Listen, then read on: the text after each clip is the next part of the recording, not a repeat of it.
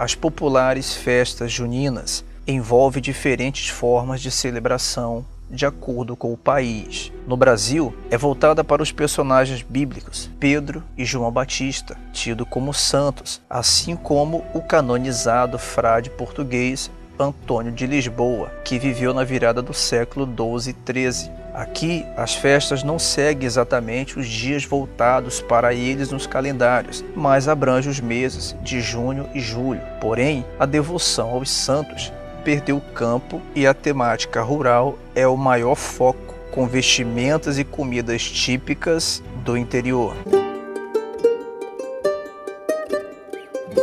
A origem das festas estaria nas celebrações pagãs do solstício de verão, quando a incidência solar medida a partir da linha do Equador é a maior do ano, ou seja, a luz do dia. Simbolicamente, o início oficial do verão no que concerne à mudança climática e, portanto, o início da época de plantio, dias mais quentes e mais longos, em uma época dependente da luz natural para quase toda a prática ao ar livre. Como o solstício coincide com as datas voltadas aos santos, o sincretismo religioso se apoderou da festa com o pretexto de celebrá-los na Idade Média. A palavra junina remete à deusa pagã, Juno, que a Igreja Católica adaptou para joanina, relativa a João. Hoje voltou à baila junina, por muitos a usarem relativa ao mês de junho. Por muitos cristãos, as festas são vistas como idólatras, enquanto outros consideram que não se desligaram da origem pagã, sobretudo pelas crendices que remetem à feitiçaria, como as chamadas simpatias. Não só as festas dos dias de santos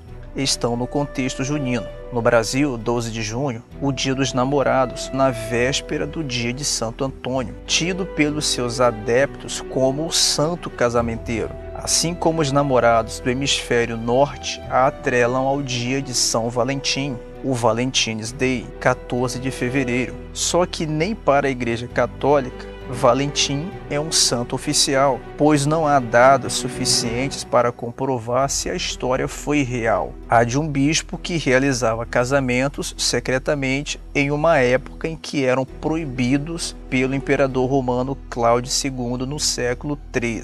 Muitas são as simpatias para se conseguir um cônjuge nessas datas. Dessa forma, é compreensível que muitos não separem as festas juninas do paganismo.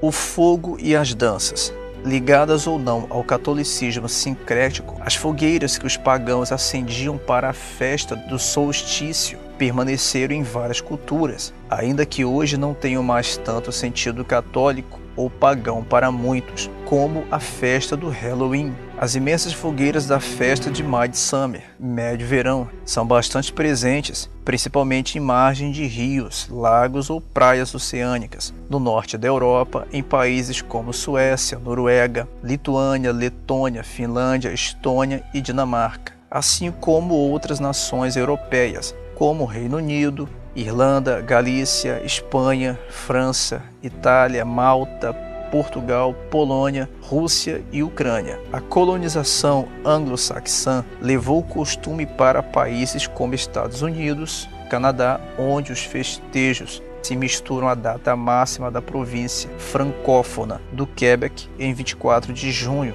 e Austrália.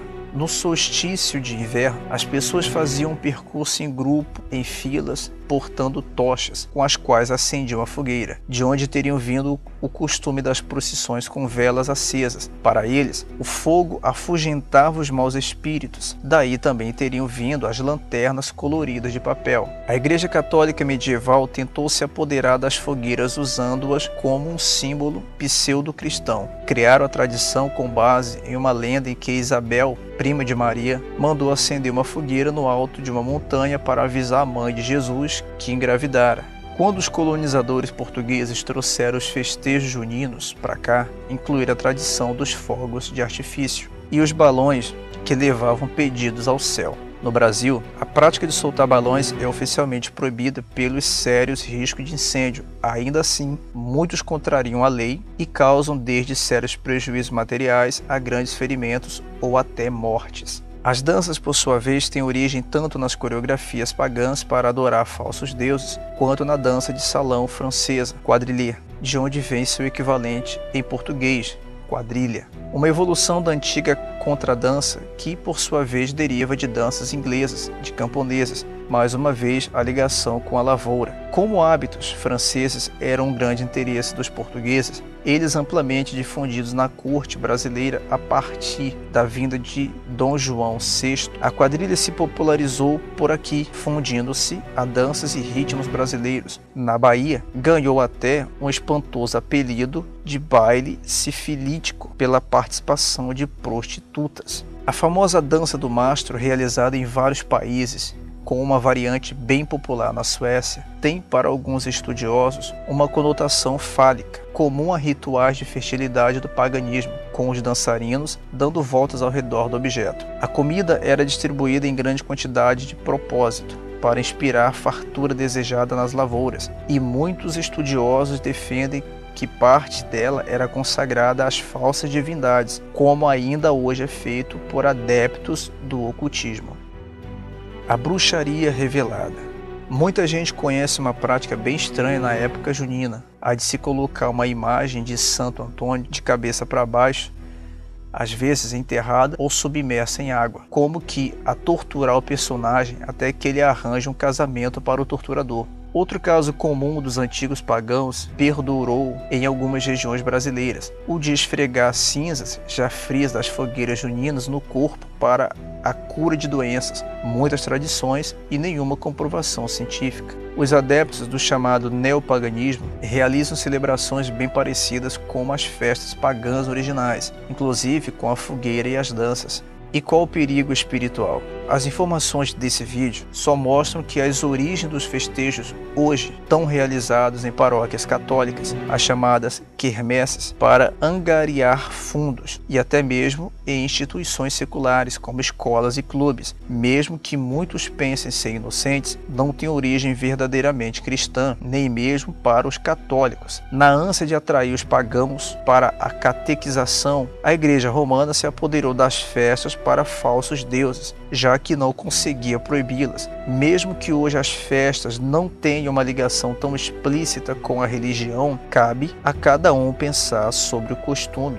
E não sejais cúmplices nas obras infrutíferas das trevas, antes, porém, reprovai-as, porque o que eles fazem oculto, o só de referir é vergonha. Mas todas as coisas, quando reprovadas pela luz, se tornam manifestas, porque tudo que se manifesta é luz. Pelo que diz: desperta, ó tu que dormes, levanta-te de entre os mortos, e Cristo te iluminará. Portanto, vede prudentemente como andais, não como nércios, e sim como sábios, remindo o tempo, porque os dias são maus. Por esta razão, não vos torneis insensatos, mas procurai compreender qual a vontade do Senhor. Se você tem alguma opinião a dar sobre esse conteúdo, deixe aqui o seu comentário nesse vídeo.